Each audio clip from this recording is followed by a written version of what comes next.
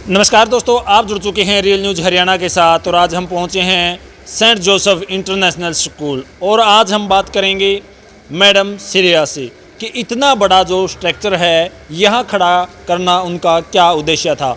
तो आइए हम जो सेंट जोसेफ इंटरनेशनल स्कूल की डायरेक्टर हैं श्रेया मैडम, उनसे बात करते हैं कि उनका इतना बड़ा जो ये संस्थान है यहाँ एक ग्रामीण क्षेत्र ही में कहूँगा यहाँ खड़ा करने का उद्देश्य क्या था। तो हमारे साथ हैं madam Shreya madam, real news पे आपका स्वागत है। Thank you sir. तो बैठ जाइए मैडम। जी तो सबसे पहले मैडम मैं आपसे जानना चाहूँगा कि आपने जो यहाँ इतना बड़ा संस्थान सेंट जोसेफ की बात करें या ITI की बात करें या GNM की बात करें, एक ऑल ओवर जो आपने यहाँ एक बड़ा संस्थान खड़ा किया है, तो इसका यहाँ एक मैं कहूँगा ग्रामीण क्षेत्र ही है, तो कैसे आपके मन में आया और उद्देश्य क्या था आपका? जी, ये जो पौधा था मेरे नाना जी ने लगाया था और आगे फिर मेरे मदर और फादर ने इसको संजोया और आज हम यहाँ पर हैं। और मैंने भी अभी इंस्टीट्यूशन में काफ़ी रिसेंटली ज्वाइन किया है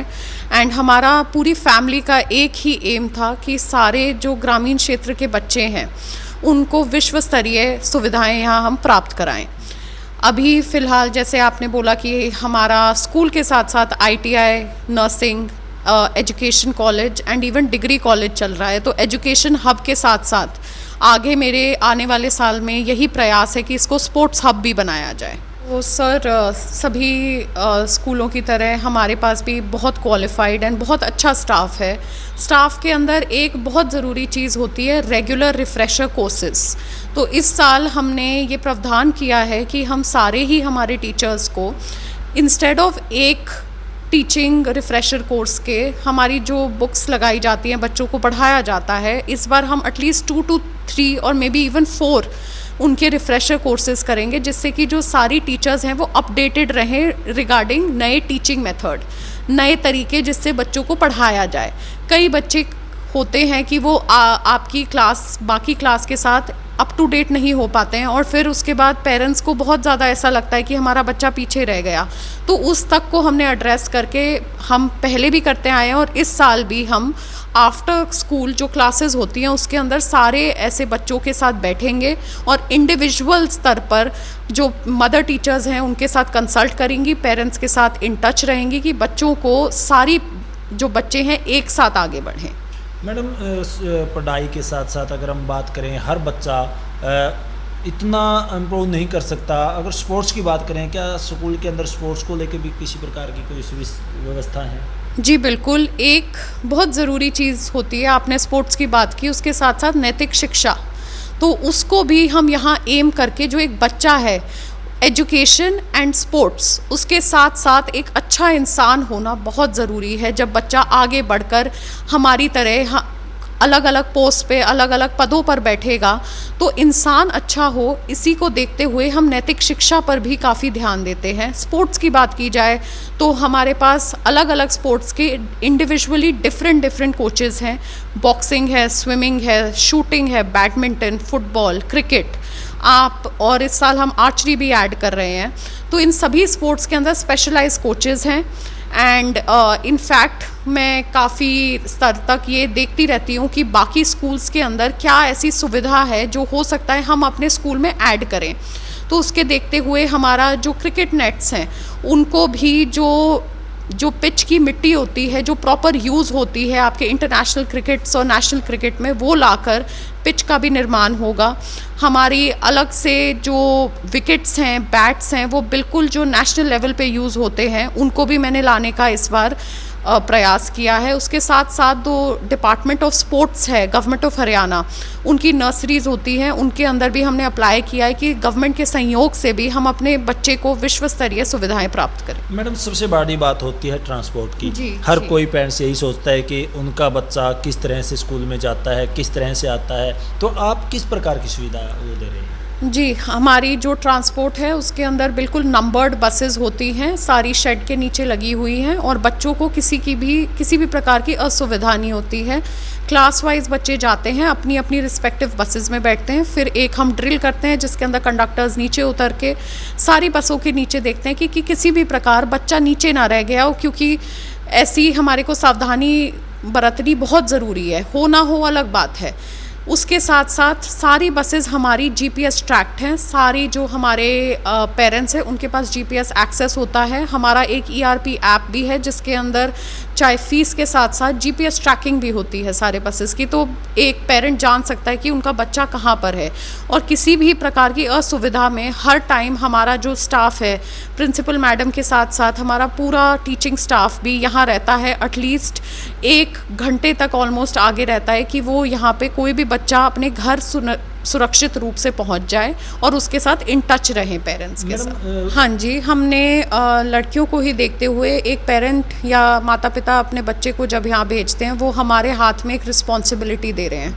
एंड एक सेइंग है, with great power comes great responsibility. Power का मतलब, मेरा मतलब है कहने का कि बच्चों को आगे बढ़ा के एक सक्सेसफुल ह्यूमन बीइंग बनाने का।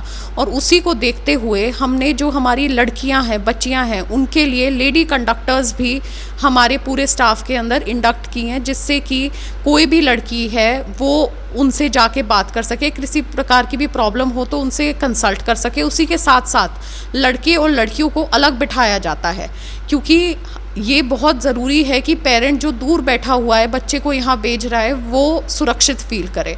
तो ये हमारे ड्रिल्स होती हैं जो हम हर हालत में मेंटेन करते हैं।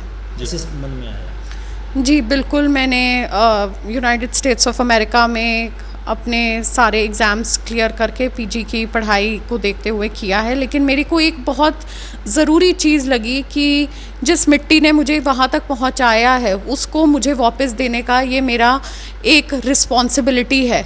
एक ये भगवान ने मेरे अंदर ऐसा मुझे इंटरनली फ़ील हुआ कि इधर मुझे वापस देना चाहिए। और मुझे इसके अलावा ये भी लगता है कि जो ये बच्चे यहाँ पे हमारे पढ़ते हैं उनके अंदर उतना ही टैलेंट, उतनी ही काबिलियत है जो बच्चा शहर में पढ़ रहा है, बस उसको साधन की ज़रूरत है। और हमारा यहाँ उद्देश्य वही है कि मैं यहाँ आई हूँ तो जो क्रिएटिव आइडियाज़, इनोवेशंस या एक्टिविटीज़ जिसे कहते हैं, अभी national education policy 2020 and integrated teaching education programme के तहत हम ऐसे डिफरेंट आइडियाज़ और प्रोग्राम्स यहाँ लेकर आने वाले हैं जिससे कि हमारा बच्चा बिल्कुल अप टू डेट हो और बिल्कुल शहर जैसा जो पढ़ाई दी जाती है वो इस ग्रामीण क्षेत्र में भी हम प्रदान करें। तो क्या अपील करना चाहेंगे मैडम हमारे दर्शकों से या आसपास के क्षेत्र के ग्रामीणों से? मैं आप सभी का पहले तो धन्यवाद करना चाहूँगी। जितने भी बच्चे हमारे पास यहाँ पढ़ते हैं या पेरेंट्स ने हमारे को एक विश्वास और ट्रस्ट पे अपने बच्चे को यहाँ पढ़ने दिया, उनका मैं तहे दिल से धन्यवाद करती हूँ। और बाकी पेरेंट्स को मैं यही कहूँगी कि आप यहाँ पर आएँ, हमारा स्कूल विज़िट करें। आप बिल्कुल वेलकम हैं। आप हमारी प्रिंसिपल मैडम से भी मिलें, मुझसे भी मिलें। कोई भी प्रकार की डिस्कशन है, हमारे डोर्स आपके लिए बिल्कुल खुले हैं। कोई भी बच्चे की दिक्कत भी होती है तो हम उसको पर्सनलाइज्ड, इंडिविजुअलाइज्ड फॉर्म में चेक करते हैं। और एक बहुत ज़रूरी है कि आगे बढ़ते हुए हमेशा हमें एक बदलाव ही एक कांस्टेंट चीज़ होती है। तो उस बदलाव को देखते हुए जो ये स्कूल के अंदर नई प्रक्रियाएं हैं, नए इनोवेशंस हैं, उनको हम यहाँ लाने की कोशिश कर रहे हैं। और आप एक जब अपने बच्चे को यहाँ भेजते हैं आपको ये भी देखना चाहिए कि शहर या आगे पूरे देश के अंदर किस प्रकार के बदलाव या इनोवेशंस हैं। उनको देखते हुए आपको मैं यही कहूँगी कि एक बार यहाँ विज़िट करें और देखें कि कैसे हम आगे चलते हुआ जो स्तर है उसके साथ साथ ये टोहाना ग्रामीण क्षेत्र और सेंट जोसेफ्स आगे बढ़ रहा है। Thank you madam. तो ये होता है समर्पण।